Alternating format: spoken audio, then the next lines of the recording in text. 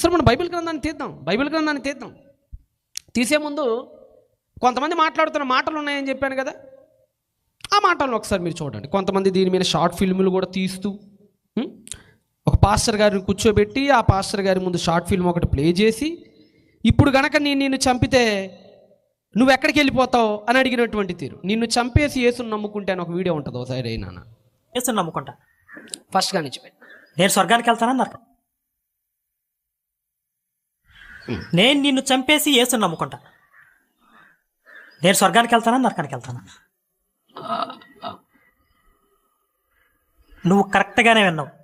On this spot నేను నిన్ను చంపేసి యేసుని నమ్ముకుంటే స్వర్గానికి వెళ్తానా నరకానికి వెళ్తానా?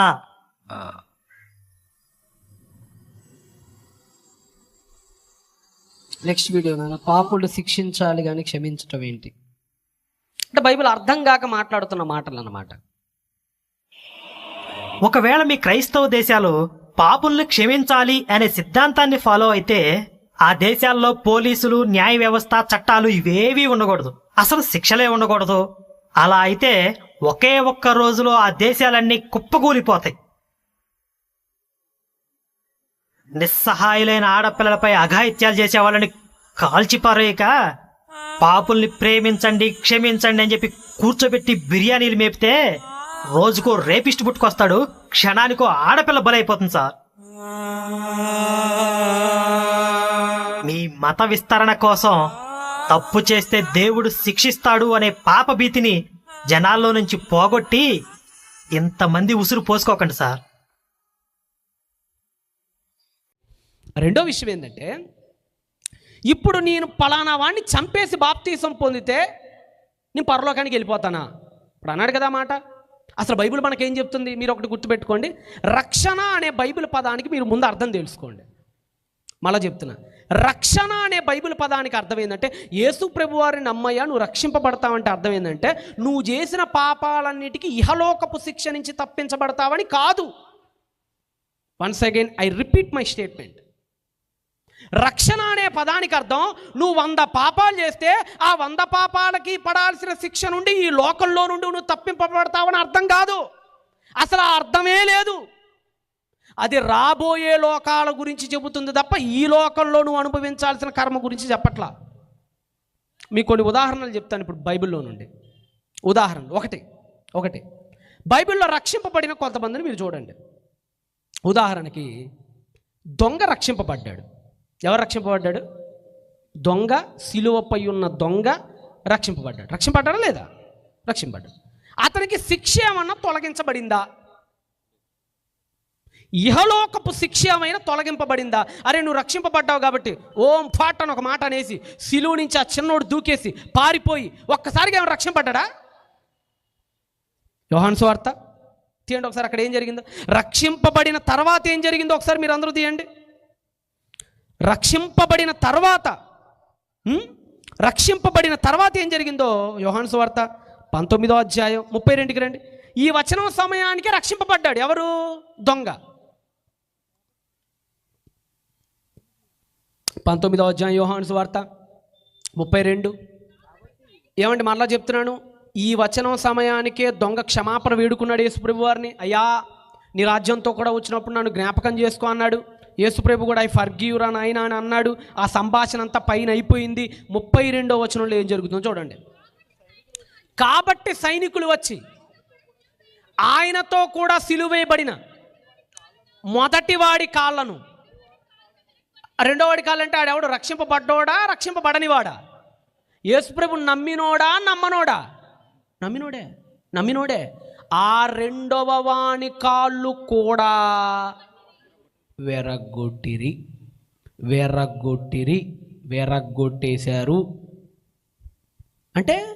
అంటే ఈ లోకపు శిక్షల నుంచి తప్పించడా యేసుప్రభు నమ్ముకుంటే లేదు.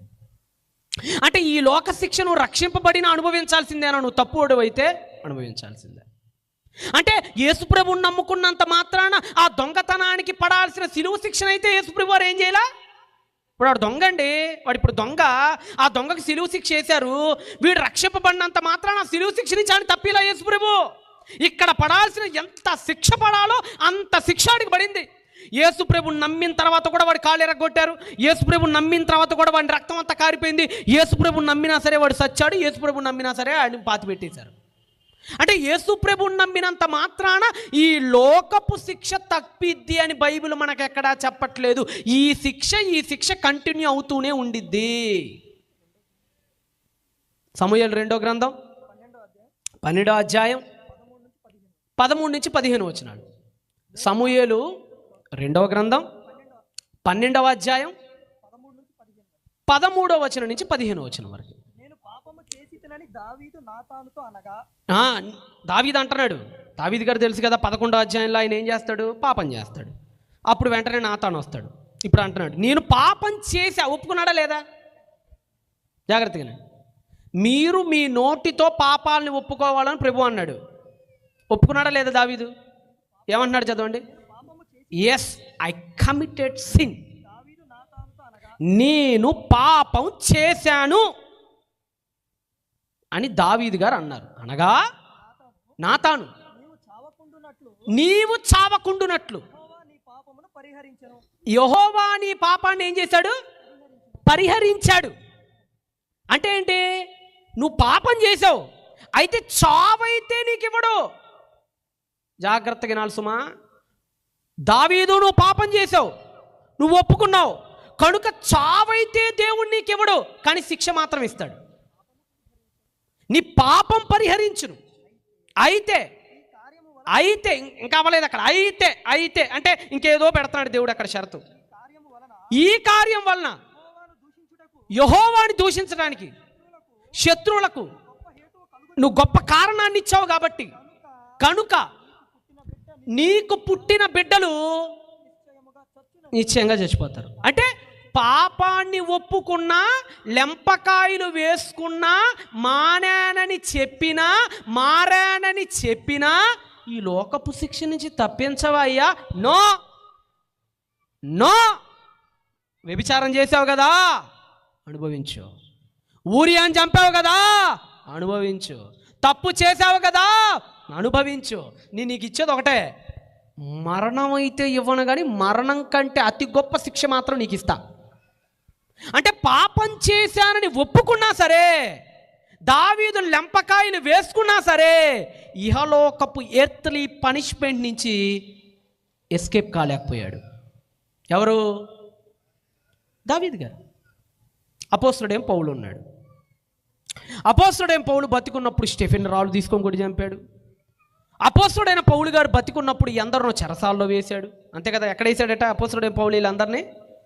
ఎక్కడ వేసాడట? 8వ అధ్యాయం అపోస్తల కార్యాల గ్రంథం తీయండి ఒకసారి. అపోస్తల కార్యాల గ్రంథము 8వ అధ్యాయము. బైబిల్ చాలా జాగ్రత్తగా చదవాలి. బైబిల్ ప్రశ్నించిన వాళ్ళకు కూడా చాలా జాగ్రత్తగా అర్థమయ్యేటట్టుగా చెప్పాలి. 8వ అధ్యాయం 3వ వచనం. సౌలైతే ఇంటింటాజొచ్చి పురుషులను స్త్రీలను ఈడ్చుకొని పోయి చెరసాలలో వేయించి ఏం చేశారటండి? అపోస్తలుడైన పౌలు గారు వాళ్ళందరినీ ఏం చేశాడట? ఇంటింటికి జొచ్చి ఈడ్చుకుపోయారట. ఈడ్చుకుపోయాడట. ఆ పదం చూడండి. ఈడ్చుకుపోయి ఏం చేశారట? చెరసాలలో వేయించారట. జాగ్రత్తగా రండి. అంటే అపోస్తలుడైన పౌలు గారు వీళ్ళందరినీ కూడా ఈడ్చుకుపోయాడు, చెరసాలలో వేయించాడు. ఆ తర్వాత కాలంలో మీ అందరికీ తెలుసు, స్టెఫెన్ రాళ్ళు తీసుకుని అదే అధ్యాయం 7వ అధ్యాయం చివరి వచనంలో, ఆ పైన 7వ అధ్యాయం చివరి వచనంలో స్టెఫెన్ గారిని ఏం చేస్తారు? ఏమేం చేశాడో నాకు మళ్ళీ 3 చెప్పండి. 1, రాళ్ళు తీసుకొని కొట్టి చంపాడు. 2ది, స్త్రీలను కూడా ఏం చేశాడు? ఈడ్చుకున్నాడు. 3ది, చెరసాలలో వేయించాడు. 9వ అధ్యాయంలో రోడ్డు మీద డమాస్కస్కి వెళ్తూ ఉండగా ప్రభు ప్రత్యక్షమయ్యాడు. ఆ ప్రత్యక్షమైనప్పుడు మారు మనసు పొందాడు. మారు మనసు పొంది బాప్తీసం పొందాడు. శిక్ష ఏమైనా ఆగిపోయిందా? ఆగల. పౌలు ఏ 3 అయితే చేశాడో అదే 3 ఆయన జీవితంలో జరిగేటట్టు దేవుడు చేశాడు. 1, రాళ్ళు తీసుకొని కొట్టారు కదా పౌలు వాళ్ళందరినీ, స్టెఫెన్ని. ఇదే పౌలుని ఈకొనియా లుస్త్రాలో సేవ చేసేటప్పుడు రాళ్ళు తీసుకొని కొట్టి కొట్టి కొట్టి కొట్టి తరిమారు. చచ్చిపోయాడేమో అని అనుకొని ఊరి శివారులో విసిరేసి వెళ్ళిపోయారు. రాళ్ళు తీసుకొని కొట్టి చంపాడు. రాళ్ళ కుప్ప వచ్చి ఈయన మీద పడింది, చెల్లుకు చెల్లు. అంతేకాదు, వీళ్ళని ఏం చేసుకుపోయాడని చదువుకున్నారు మీరు ఇప్పుడు? ఈడ్చుకుపోయారు. అక్కడ పదాన్ని కూడా మీరు చూడండి ఇప్పుడు ఒకసారి. అపోస్తుల కార్యాల గ్రంథము 16వ అధ్యాయము 19కి రండి. అపోస్తుల కార్యాల గ్రంథము 16వ అధ్యాయము 19కి రండి. ఆమె యజమానులు ఆమె లాభ సాధనము పోయినని చూచి పౌలును శీలను పట్టుకొని గ్రామపు చావిడిలోనికి అధికారుల యొద్దకి ఏం చేశారట? ఈడ్చుకొని పోయి. జరిగిందా? చదవండి, జాగ్రత్తగా చెప్పండి. ఇందాక పౌలు గారు ఎవరిని ఈడ్చుకుపోయాడట? ఇప్పుడు ఈయన్ని ఏం చేశారట? చెల్లుకు చెల్లు, చెల్లుకు చెల్లు. మూడోది, అపోస్తుడైన పౌలుని ఎక్కడ వేశారు? చెరసాల. చివరికి అపోస్తుడైన పౌలు ఎక్కడికి వెళ్ళిపోయాడు? ఒకసారి అది కూడా చూడండి. ఇదే అపోస్తుల కార్యాల గ్రంథము, ఇదే అపోస్తుల కార్యాల గ్రంథము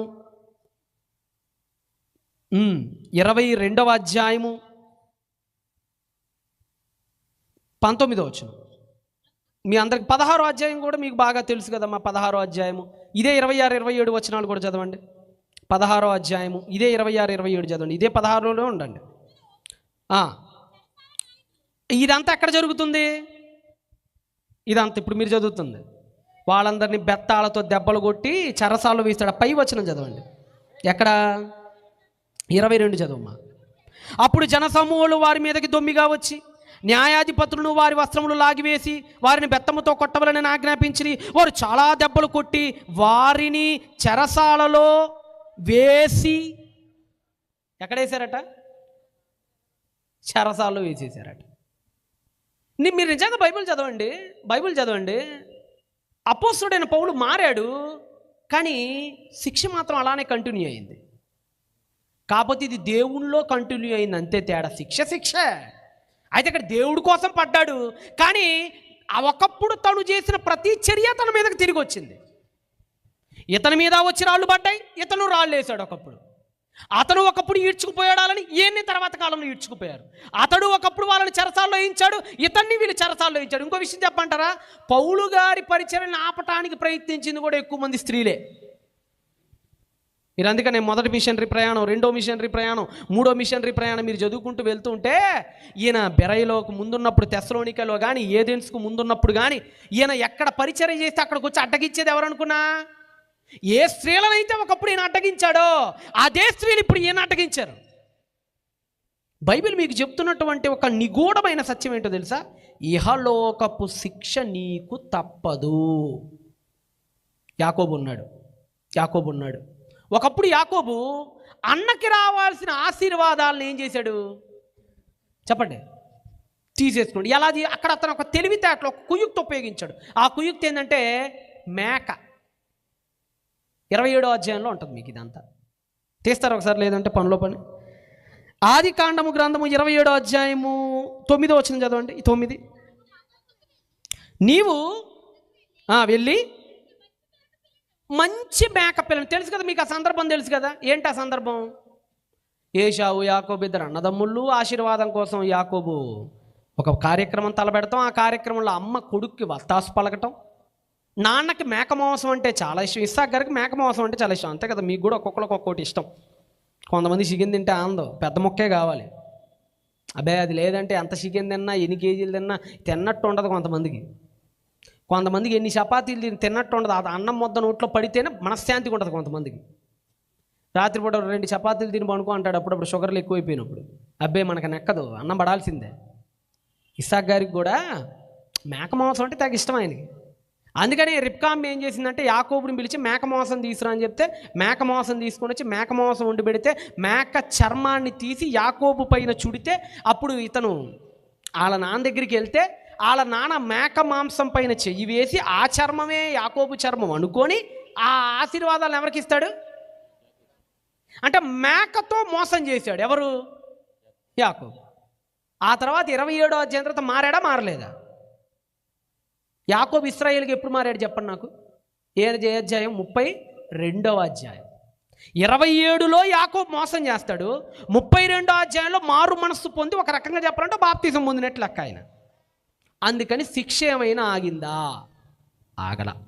కరెక్ట్గా 37కి రండి. ఇప్పుడు 27లో ఉన్నారు కదా, 37కి రండి. 37వ అధ్యాయం 31వ వచనానికి రండి. 37వ అధ్యాయం 31కి రండి. మీ అందరికీ ఇంకో సందర్భం ఇప్పుడు గుర్తు చేస్తా. యాకోబుకు 12 మంది కొడుకులు, వాళ్ళలో యోసేపు ఒకడు. యోసేపును బాగా ఎక్కువ ప్రేమించాడు, అందుకని మిగతా 11 మంది కుళ్ళు వచ్చింది. 10 మందే లేండి, అప్పటికి ఇంకా బెంజమిన్ లేడు కదా. మిగతా 10 మంది కుళ్ళు వచ్చింది. ఆ కుళ్ళు వచ్చి ఏం చేస్తారు? గుంట్లో వేస్తారు. తర్వాత ఎవరికి అమ్ముతారు?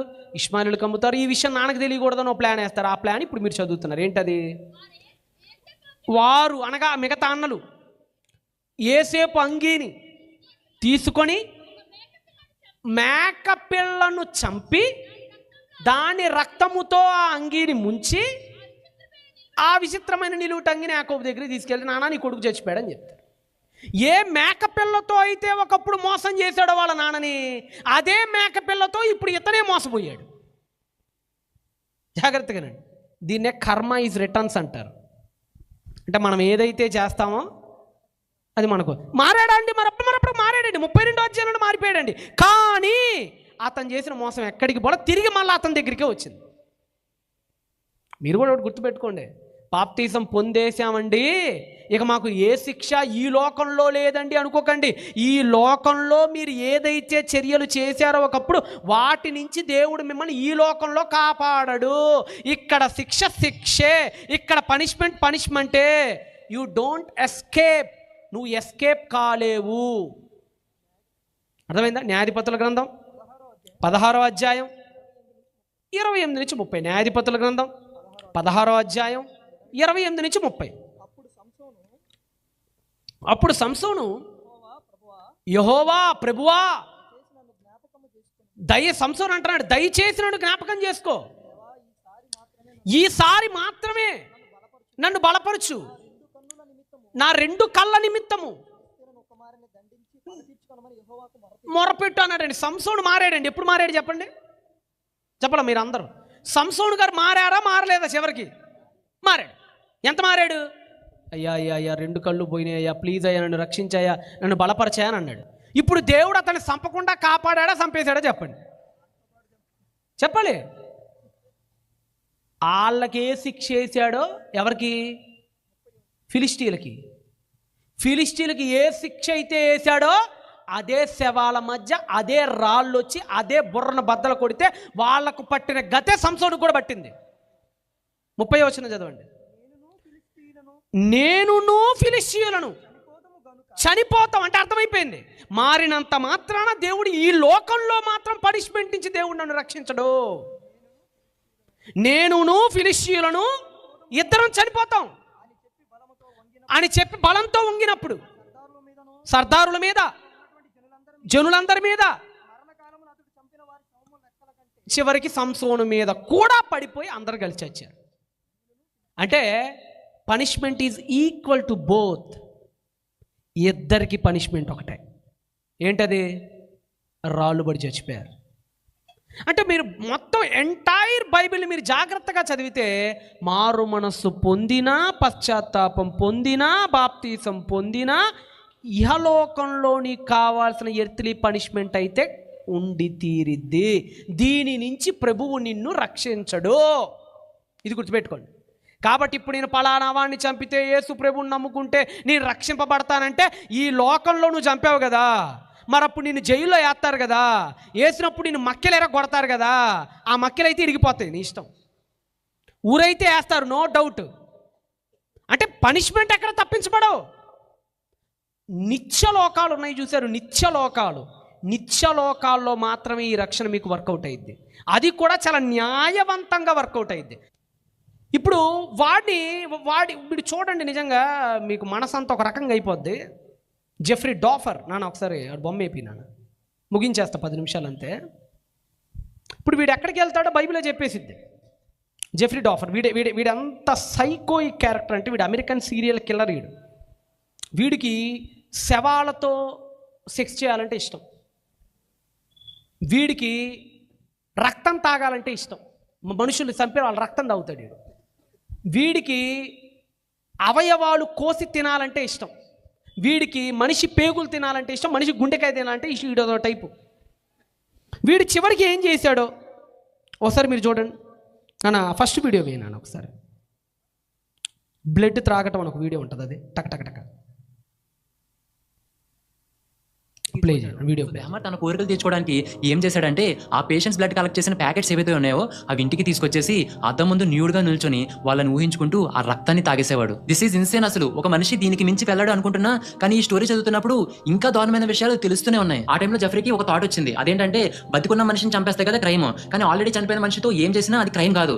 ఈ ఐడియా తనకి చాలా బ్రిలియంట్ గా అనిపించింది. ఒక న్యూస్ పేపర్ లో 19 years అబ్బాయి యాక్సిడెంట్ లో చనిపోయాడని వేసింది. ఆ అబ్బాయి జెఫ్రీకి చాలా నచ్చేశాడు. తనని పాతి పెట్టిన ప్లేస్ ఏంటో కనుక్కొని ఒక రోజు అర్ధరాత్రి ఆ సమాధిని తవ్వడానికి ట్రై చేశాడు. ఆ డెడ్ బాడీతో ఎలా పడుకోవాలని తన కోరికను తీర్చుకోవడానికి తవ్వుతూనే ఉన్నాడు. బట్ అది నెక్స్ట్ వీడియో ఇంటర్నల్ ఆర్గాన్స్ తినటం గురించి.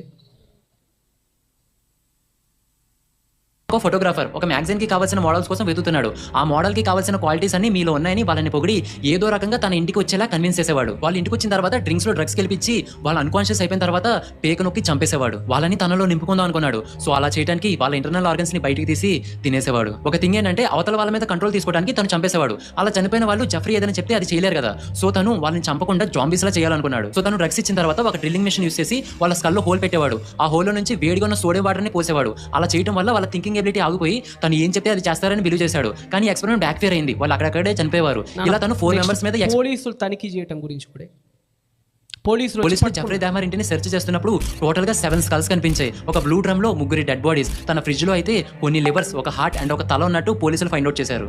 Police removed boxes and boxes of body parts, evidence of what appears to be a psychopathic mass murder. Authorities also took out a barrel of what they think is acid. Jeffrey desk లో కొన్ని photos కనిపించాయి. ఆ photos లో వాళ్ళని చంపేసిన తర్వాత వాళ్ళ body parts కోసేసి వాళ్ళని డిఫరెంట్ పోజెస్ లో ఉంచి ఫోటోస్ తీశాడు. ఈ న్యూస్ ఎప్పుడైతే పబ్లిక్ కి తెలిసిందో బ్లాక్ పీపుల్ అంతా ధర్నాలు చేయడం మొదలు పెట్టారు. పోలీసులకి కంప్లైంట్ చేసినప్పుడే వాళ్ళు యాక్షన్ తీసుకుని ఉంటే ఇంతమంది చనిపోయేవారు కాదు అని చాలు. పోలీసులు జెఫ్రీ ఇప్పుడు మీరు చూపించినటువంటి వ్యక్తి పేరు జెఫ్రీ డాఫర్, అమెరికన్ సీరియల్ కిల్లర్. అర్థమైందా? ఇటువంటి సీరియల్ కిల్లర్ అంటే వరుస హత్యలు చేసేవాళ్ళని సీరియల్ కిల్లర్స్ అంటారు. మనుషులు అవయవాలు తినటం, రక్తం తాగటం, శవాలతో పనుకోవటం, రకరకాల అంటే మనిషి ఊహించనటువంటి సైకో క్యారెక్టర్ అన్నమాట. వీడికి అమెరికన్ కోర్టు ఉరిశిక్ష విధించింది. అలా ఉరిశిక్ష విధించినప్పుడు వీడు ఒక నిర్ణయం తీసుకున్నాడు. ఆ నిర్ణయం ఏంటో నాన్న నెక్స్ట్ వీడియో ప్లే చేయను. నెక్స్ట్ వీడియో అదకి సొల్యూషన్ ఏంటో. ప్రశ్న ఏంటంటే ఇతను బ్యాప్టైజర్ తీసుకున్నాడు. మళ్ళీ ఫస్ట్ నాన్న మళ్ళీ ఒకసారి బిట్ ప్లే చేయి, starting bit. Life time jail శిక్ష వేస్తున్నప్పుడు తన రియాక్షన్ ఏంటో తెలుసా?